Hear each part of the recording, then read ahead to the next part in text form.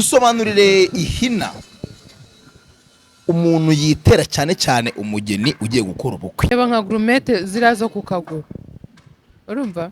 Reba nka grumete hari abantu bakubona uyambaye bakakuvugaho ibindi bintu byinshi bibi, bakagufata ngo nk'ibike, ariko ntago aba ari byo, biriya ni umutako.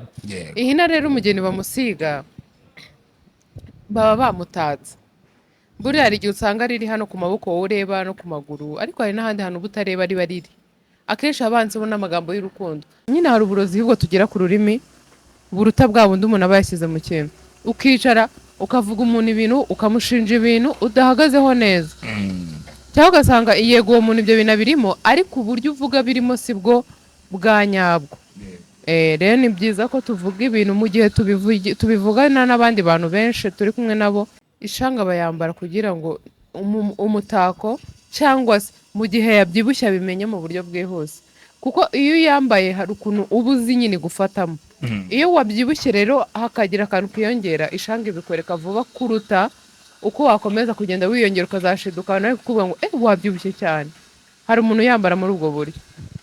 Hari n'abantu bambara katubyite ko ari ishanga, ariko ugasanga mu nda ntago yambaye nyine amasaro, wenda harimo zahabu harimo arja. Ni ubuhe buryo umuntu yakoresha kugira ngo arwane n'ikibazo cyo kuzana inda nini? Kubyirinda mbere cyangwa se mu gihe yayizanye noneho yakora iki kugira ngo yanda igabanuke? Watubwiye icyo wakoresheje kugira ngo unanuke muri rusange, ariko pana mu nda, twe dushaka kunanuka mu nda. Hari amaji menshi umuntu ashaka gukora agabanya mu nda. Harimo ushaka gufata indimu, tangawizi, ariko teveri rwose kunda ku binure byo kunda irebaho. Wanditse muri commentaire ngo yarayinyweye ngo nagira igihinduka, ngaraginywa ngo nagira igihinduka. Ayinyweye ubwo igihe kingana gute mana? Kubera ko reka nkubwire, njyewe nkubwiye teveri nshobora kuba amaze nk'imyaka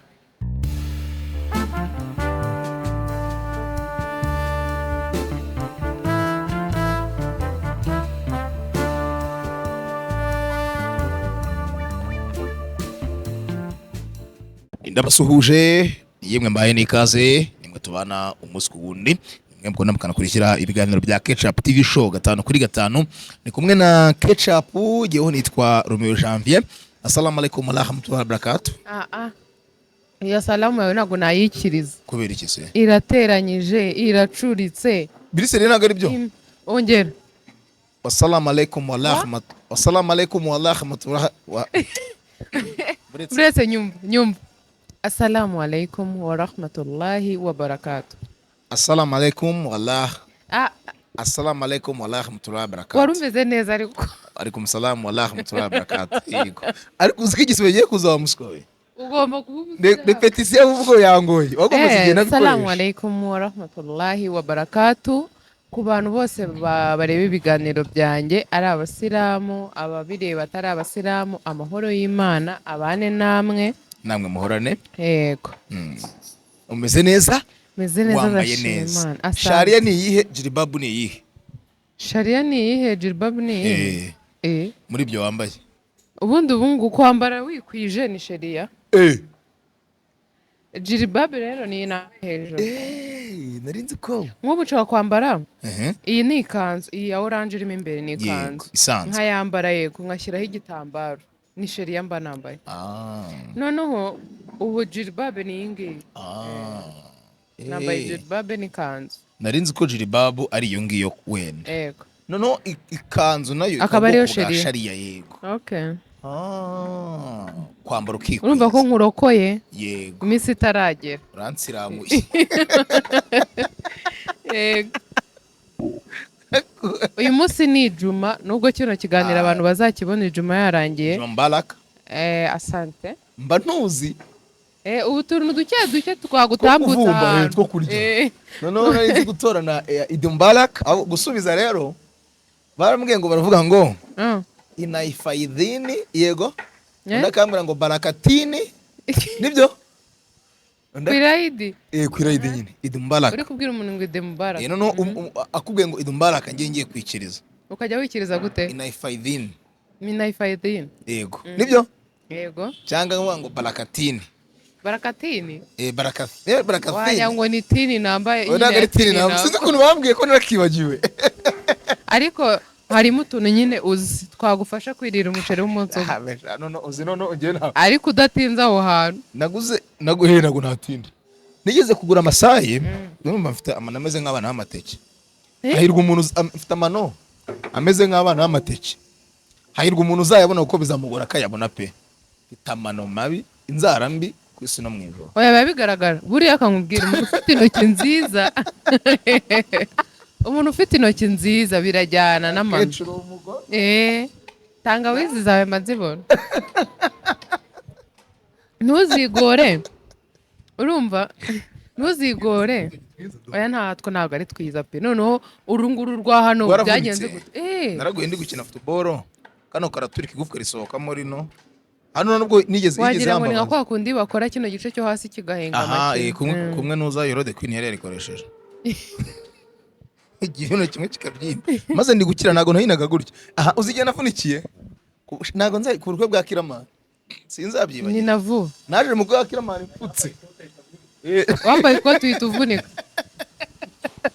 uwo ni gaposho bivuze ntabwo ari njye igicana igicuye navunitse n'ubundi ahubwo natinze gukira cyane narasimbutse manutse ngwisha agatoki nabi gutya gahita kavunika igufwa ryanga risohokamo aranasadutse mva amaraso menshi kubera n'ubwoba nari mfite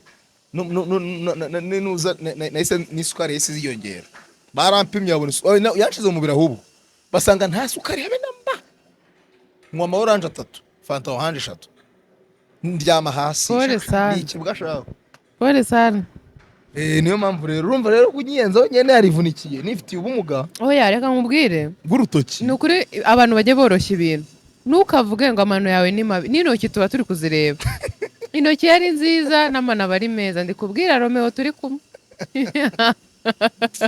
buriya gaposho nta nzaragira ku birenge no ku ntoki nazo oya gaposho mukuntu ngaca inzara ngo urwara rumwe rucurundi guteze yaciye rumwe nziza zavuye yarashishura ajya akazajya akata gutya gashishura ku muntu zose akazikuraho akajya no ku ntoki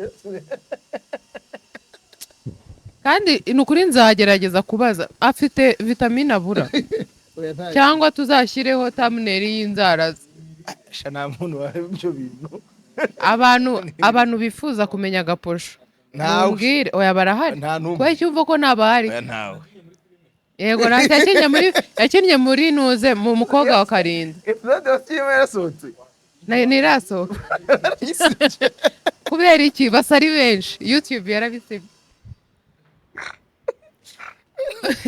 gaposho niwe muntu kubona umuntu basa biramworohera pe ntago bigoye none kagwereka yewe KECAPU ntabyo ari wabo ikabyasaze harundi oya ni wa wundi ariko dore ukuntu byaje ariko hari akantu namubwiye agomba kuzashyira ayiwe yoshawe ako ni twini wawe ikintu dari ikintu ubura ni kimwe ntabwo hano utebere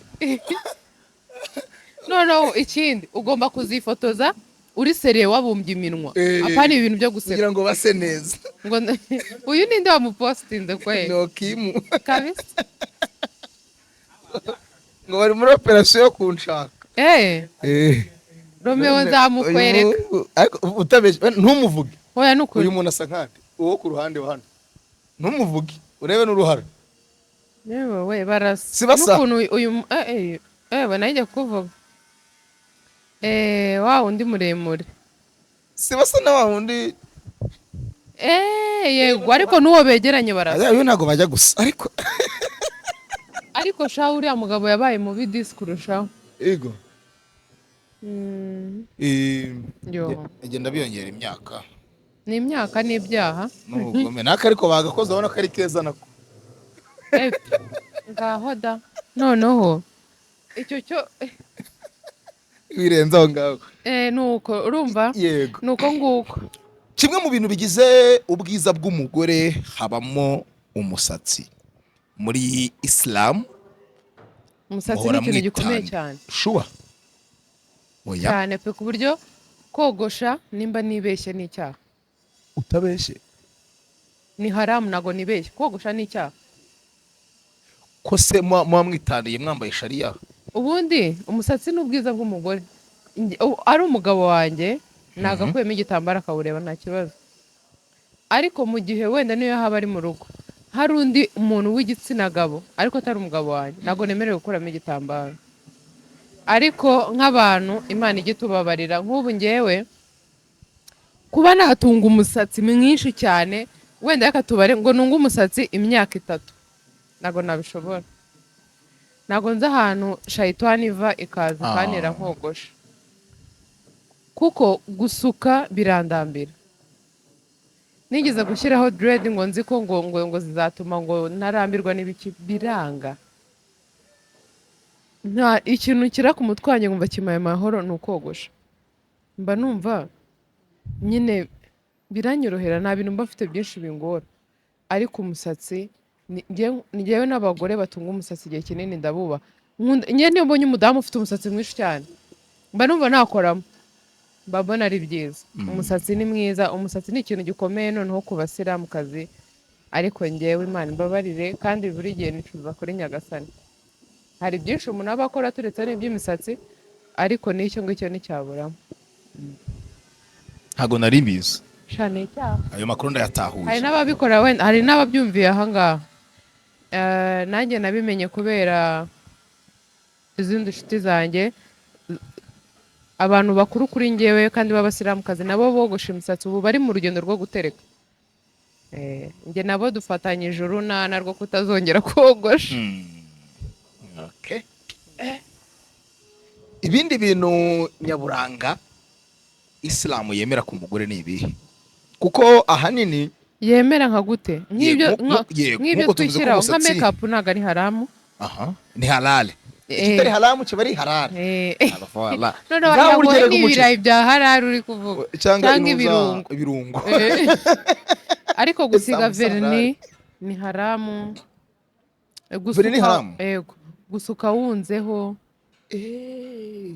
Yego. Ibisuko ni halal, ni haramu. Uvuze ibisuko waba ucanze nk'aba. Wunzeho nyine. Ibisuko byunze ni haramu.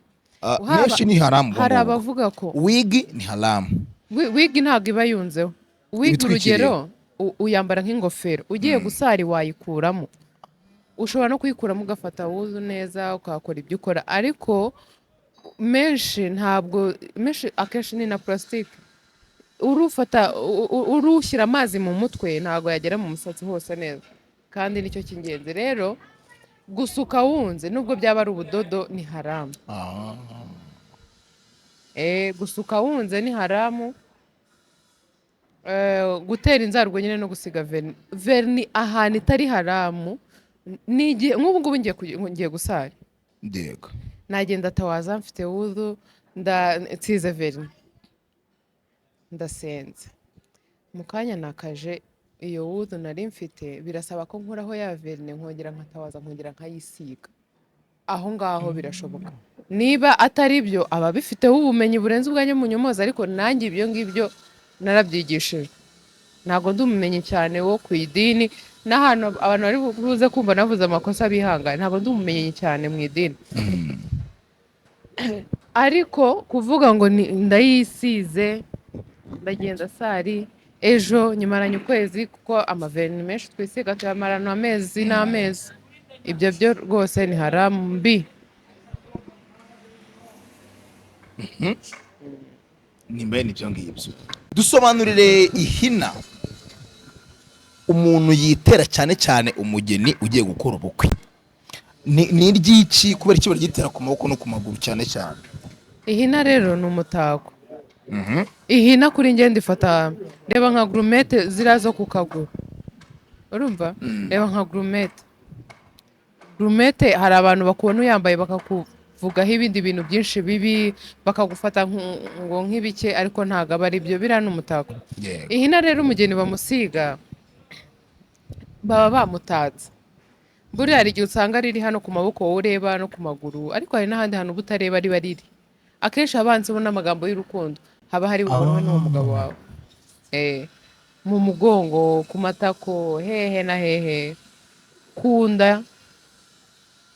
Rero ihina ni umutako. Hari n'abantu nigize kumva bavuga ngo ririya hina ngo barirogeramo keka nimba ari we wabushyizemo. kwa kundi batwigisha nabi Nyine hari abantu oya nk'uwo muntu nta nubwo bari n'umusiramu akenshi. Njyewe umuntu nabyumvanye ntabwo ari umusiramu. N'ubundi ntabwo aba ari we. Yarifashe aricara aravuga ngo ririya hina ngo barirogeramo. Nimba bararimurogeyemo ntabwo mbizi, nimba we ubwo yaragize ibyo arishyiramo ntabwo mbizi, ariko kirazira kwicara ahantu hari abantu barenze 5 ukicara uvuga ikintu udahagazeho. Ko nabyumvishe mu bantu benshi ariko numva ndababaye. Njye hari nk'ibintu numva nyine nka kuyora kwa kutakunda kujya impaka, ariko hari uburozi bwo tugira ku rurimi buruta bwa bundi umuntu aba yashyize mu kintu, ukicara ukavuga umuntu ibintu ukamushinja ibintu udahagazeho neza. Cyangwa ugasanga yego uwo muntu ibyo bintu birimo, ariko uburyo uvuga birimo sibwo bwa nyabwo. Rero ni byiza ko tuvuga ibintu mu gihe tubivugana n'abandi bantu benshi turi kumwe nabo, ko tubivuga tubihagazeho kandi tuzi ko ibyo bintu ari ukuri 100%. Okay. Aho ni kwihina. Noneho ishanga. Waruma urugero kwa gourmet. Ishanga yo ni bwoko ki, yambarwa ite, hagamijwe iki? Kuko abenshi bavuga ko ishanga ari izindayo. Nyangana kuvuga iryo jambo. Uretse no kuvuga iryo jambo, hari n'abantu bavuga ko naryo baryambariraho imiti.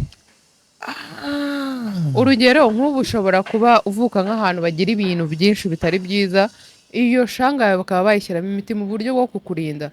Hari n'ababyambara harimo imiti ibarinda imyuka mibi yaturuka ku bandi bantu. Sibyo? Rero abenshi njyewe nzi ishanga bayambara kugira ngo umutako cyangwa mu gihe yabyibushye bimenye mu buryo bwihuse. Kuko iyo yambaye hari ukuntu uba uzi nyine gufatamo. Iyo wabyibushye rero hakagira akantu kiyongera, ishanga ibikwereka vuba kuruta uko wakomeza kugenda wiyongera ukazashiduka nawe kuvuga ngo wabyibushye cyane. Hari umuntu yambara muri ubwo buryo. Hari n'abantu bambara katubyite ko ari ishanga, ariko ugasanga mu nda ntago yambaye nyine amasaro. Wenda harimo zahabu, harimo arja, harimo wenda n'ibyo bipfundo byiwe wenda birimo imiti runaka. Ariko ubundi ishanga wabonye ko hari n'abatwambara ku maguru. Ni umutako. Ushobora kwambara nk'umutako, wowe ushobora kwambara kugira ngo kagupimire wenda ukungana uko ugenda wiyongera, cyangwa se wanananuka ukahita ubimenya.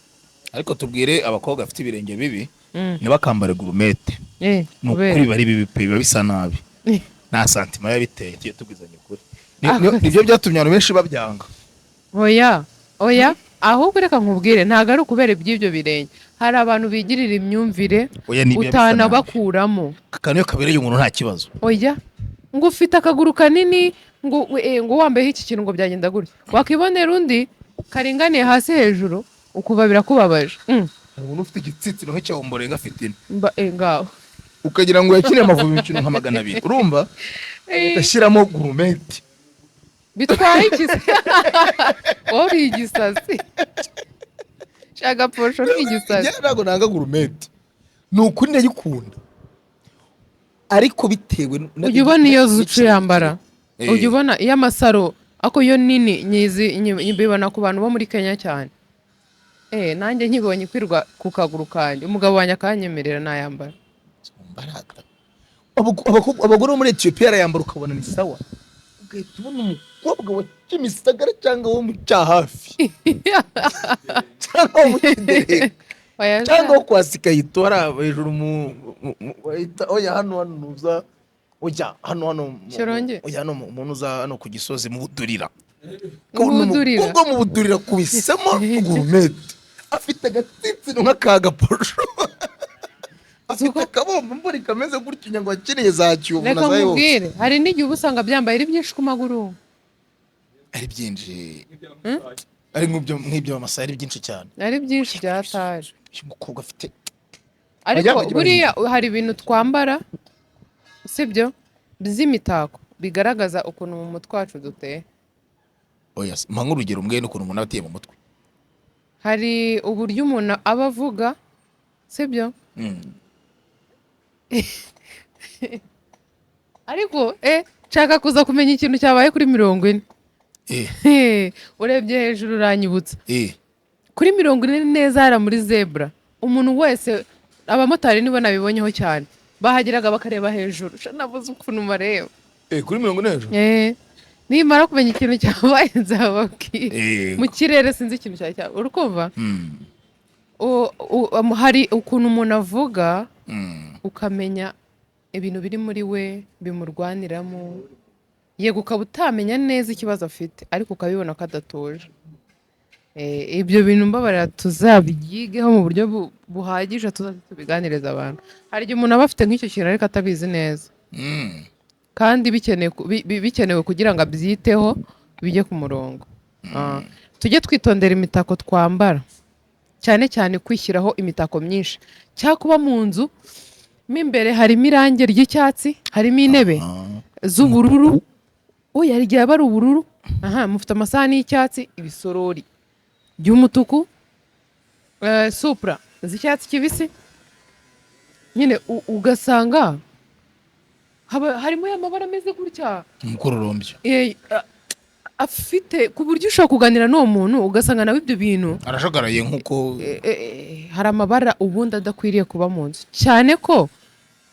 hari nk'ibara riba riri mu cyumba rigatuma utaryama ngo utuze nk'iriho ubwo amabara apika cyane amabara apika cyane ntabwo ari ayo kujya mu cyumba mfite umupira upika cyane nanone hagomba kuba harimo ibara rituje ntiribe ryijimye cyane ribe rituje ko buriya mu cyumba uba ugomba kuryama ugatuza ikindi mu cyumba ntihagomba kuba hari akavuyo iyo uri kubona ibintu byinshi bijagaranye naho urumeze urya nkeka ko ari nayo mpamvu babuza umuntu gutwara imodoka ari no kuri telefone ubwonko buhita bumera gutya ujya ahantu henshi uhita unanirwa kureba abari mu muhanda umumotari uri bukwinjirane biramupango umugenzi uri busimbuke iyo telefone urimo uravugiraho ukuntu biri bugende ni byiza rero ko twitondera ibintu twishyiraho nk'imitako dushyira ku maboko yacu ku maguru ku mutwe hehe handi buriya mu nda kuki bahuza amashanga n'uburayi n'ubusambanyi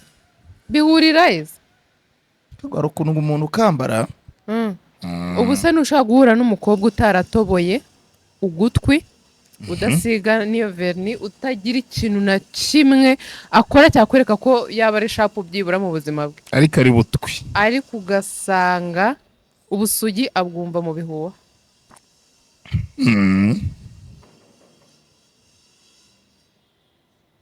icyo kintu cyo nico yesu we wallahi yego twakomeje ku musatsi ho gatoya abenshi bakunda imisatsi ya naturel cyane naho dusengera igihe babidusaba ni gute umuntu yatunga umusatsi karemano utongeyemo ibindi birungo izindi produit chimique kandi ukaba mwiza ugakura neza ugasa neza ibintu bikajya ku murongo ubundi nekereza ko ikintu cyose iyo ukitayeho ntukabye kigenda neza hariho abantu bazi gukora imisatsi ya naturel mu buryo nyine ushaka kuba ufite warakunaniye nkanjye ahangaha nifuza uyu nguyu ndi gutereka ntabwo nifuza kuzashyiramo produit kuko iyo ariyo yose iyo nyishyizemo irambabaza intwika utaranashya tentire kiratwikana tentire ntabwo ari zose iraryana nibyo iraryana iriya nari mfitemo iraryana kugira ngo ifate iraryana banayinshyiriyemo bashaka kwifata cyane ubwa kabiri ndambwira nta mpamvu nanjye natiye agatentire kera nari maniga uhora kugira gutyo yasaga gute nka marine urumva iriya yiraryana pe ariko nk'iyi nashyizemo ntabwo iryana rero nk'ubu nshaka nzakomereza ntabwo nzongera kogosha nzatunga umusatsi uri naturel ariko mu bintu nzi harimo ko ushobora gushaka amavuta meza uyu musatsi iyo utawuhaye amavuta urumagara ugacika kandi igihe ubikubwira sinyapfa gusiga amavuta mu mutwe ahubwo imana nimfasha nkabona uduceri nko kuwa mbere twagiye kugurana twa tuboro twabuze mu kiganiro n'amavuta nzayagura ko nshaka kuziyitaho muri utwo tuntu twose rero iyo umusatsi utawusiga amavuta noneho urimo tentire urapfuka ugahwera ugashiraho rero ikintu cyiza kirimo nzi muri bike nzi harimo gusuka ibituta mu gihe ugiye kuryama mu gihe ugiye gufuramo uwo musatsi ibyo bintu pe no gusigamo amavuta ajyanye n'umusatsi wawe, apana kumva ngo hari wasize amavuta yavoka burangara akazi mu musatsi kunyina navuze ngo nzajya mbirya nzarya avoka nyinshi bihurire mu bishaka hijyo. Oya, sha amavuta ni ingenzi. Buruzi ukubona umusatsi urimo utuvuta usa neza uhumura. Hari n'amavuta wisiga ukumva arahumura neza. Hari n'amavuta ngo yitwa nimba ari kanto basiga mu misatsi ya naturel akenshi. Mfite umushiti wanjye ngo ari umusatsi nani cyo kintu bogesha safari. Mfite umusatsi ugera hano wa naturel ni yasigamo. Wow. Kandi ni mwiza pe. Rero tuziga cyase nitugirirwa amahirwe tukabona umuntu ukora imisatsi ya naturel azatuganiriza mu buryo bwimbitse. Ariko njyewe bikenzi harimo gusuka ibitutu ugiye kuryama, gusuka ibitutu ugiye koza muri uwo musatsi. Ikindi ikintu nabonye kitari cyiza ni ugusokoza umusatsi utuse cyane. Njyewe unyifite umusatsi najyaga nkusokoza utose cyane nkabona uri kwangirika. Kimwe mu bintu bibangamiye abantu benshi by'umwihariko ab'igitsina gore ni ukuzana inda. Sinzi usigaye turya uyu munsi aho urya ukwezi kumwe ugahita uzana inda. Ni ubuhe buryo umuntu yakoresha kugira ngo arwane n'ikibazo cyo kuzana inda nini? Kubyirinda mbere cyangwa se mu gihe yayizanye noneho yakora iki kugira ngo yanda igabanuke? Watubwiye icyo wakoresha kugira ngo unanuke muri rusange, ariko pana mu nda twe dushaka kunanuka mu nda. Hari amaji menshi umuntu ashaka gukora agabanya mu nda. Harimo ushaka gufata indimu, tangawizi, ugakoresha na turmerike. Turmerike ureze sho? Turmerike mu kintu kirimo. Turmerike yitwa kurikuma. Kurikuma. Mu kihe kirimo? Niko yitwa. Siya nise muguza atubwiraga. Mu kihe kirimo? Banzere mu Giswahili sinzi icyo ari cyo. Kurikuma. Ninde wabibabwiye ariko? Mugwiza. Turmerike yitwa kurikuma. Ni ari kurikuma. Kurikima. Kurikuma ni kurikuma banza. Njye ntago mbizi. Yego niko yitwa. Urumva? Ugashyiramo n'ubuki. Ibyo bintu ushobora kubibrandinga, uba ugomba kubinywa ari agashoti. Ikindi nzi Mbagezaho 100% ni teveri. Teveri yotsa ibinure byo kunda mu buryo bwihuse kuruta n'ibyo nari mbabwiye bwa mbere. Ariko teveri rwose kunda ku binure byo kunda irebaho. Wanditse muri commentaire ngo yarayinyweye ngo nagira igihinduka. Ngaraginywa ngo nagira igihinduka. Ayinyweye ubwo igihe kingana gute mana? Kubera ko reka nkubwire. Njyewe nkubwiye teveri nshobora kuba amaze nk'imyaka irenga 10 nyine. Teveri rero ntabwo uyinywa amezi 5 ngo ikore. Umaze imyaka irenga 10. Imyaka? Teveri nayinyweye umunsi wa mbere nyinywa. Urabizi byagakungu ni iki? Twari tuvuye mana yanjye. Nari ndi kumwe n'abantu mu Biryogo ahantu bitaga kwa Hussein Tubi. Barangije baravuga ngo hari teveri, bari kuvuga ngo inywebwa ngo bari ibintu byadanje ngo bisharira cyane. Nyine hari ibintu wumva ukumva wa testing. Ikintu cya mbere nabaje kubabaza. Narababwiye nta kindi kintu bitwara umuntu usibye kuba bisharira ngo yigo.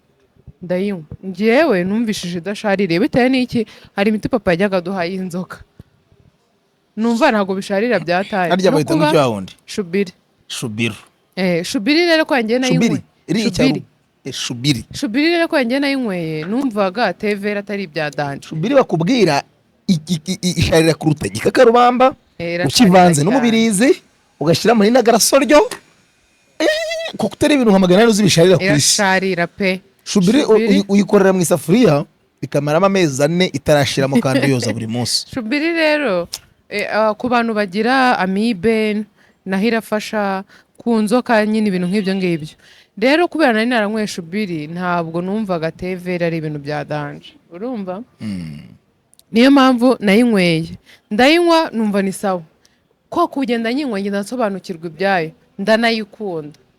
Ndayinywa ubuzima navanga ubuzima bwanjye bwose.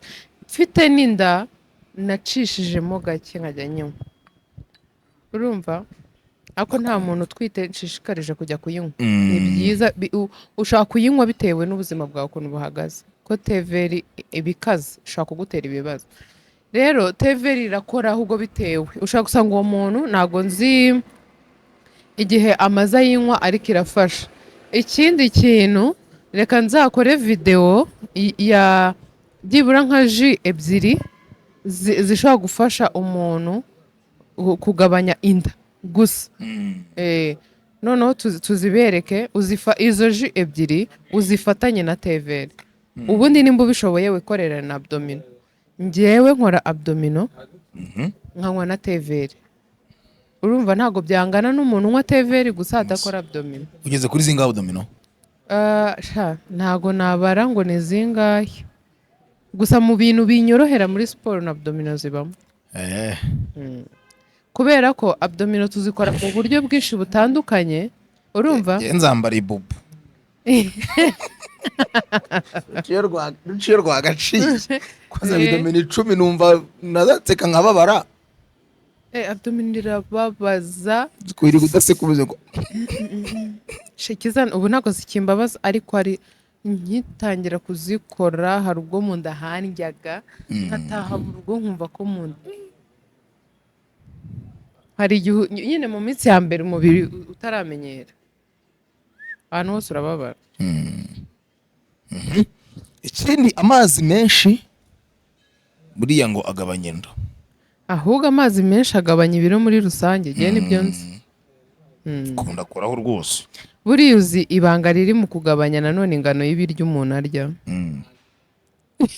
Aho kiriya cyo gishaka ikizajya ukubita uburyo mugabo. Ubihakanye impamvu ntago ararya, aracyafite inzara. Ntago nabigabanya, ntibigabanya ibidahari se.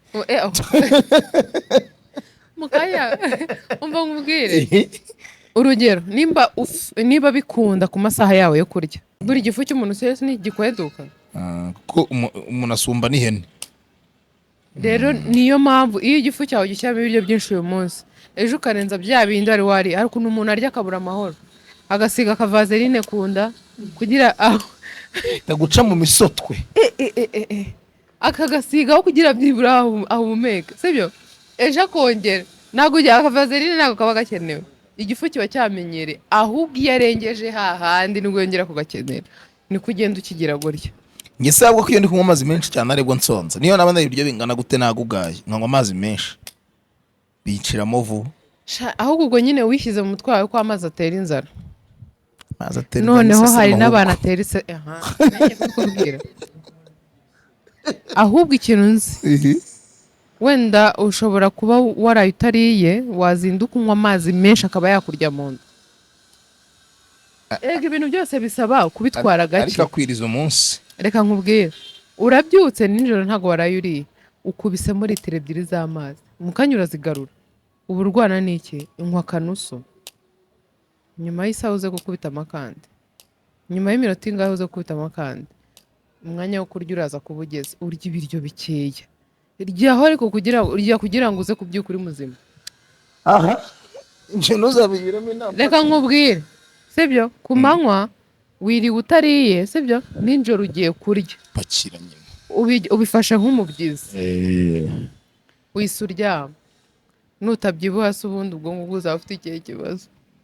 Ariko ku manywa wakariye, kuko uba ufite n'ibintu byinshi uri bukore, n'ibyo biryo bikagenda umubiri ugakora bikagushiramo. Ahubwo ninjoro wenda nimba ubishoboye, nushaka ureke kugira ikintu ufata, nimba ubishoboye ugira ikintu ufata cyoroheje, ibindi ubiharira Imana.